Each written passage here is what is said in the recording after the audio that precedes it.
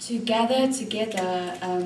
the community of people within the Creative Commons and related commons movements around the world, to really connect with one another. Many of these people are volunteers who do this work throughout the year, and it's really important for us to have a time where we get together face to face and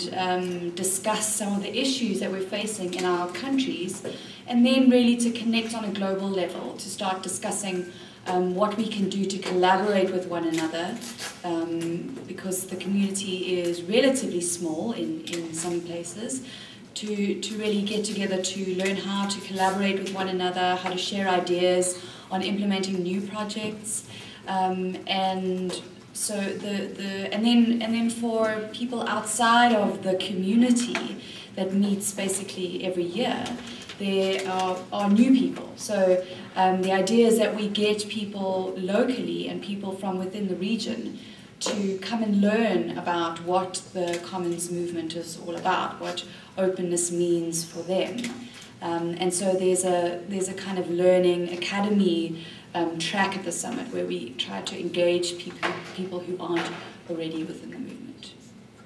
And the main difference, I think, in terms of there are quite a few advancements in the program this year, because every year we introduce new things that have worked, we experiment a lot. But probably the biggest thread that's running through the different tracks that consist of community members within those different tracks is a checklist on openness, or a how-to guide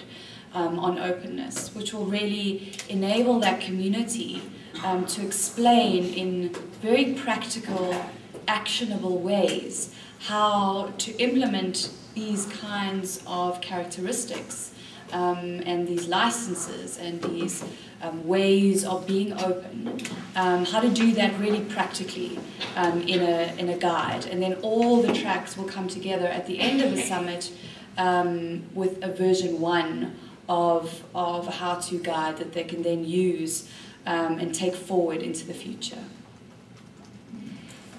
Okay, I think that's all I have to say for now, except to add that I think the entire iCommons community thanks the citizens, the residents of Sapporo City, and the government here for hosting us. And we're really appreciative, and we think it's a really amazing step, and I think it will be carried forward in years to come. So I think Sapporo is really setting the benchmark here for future summits, and I think this is a very innovative thing and very brave, wonderful thing for the city to have done.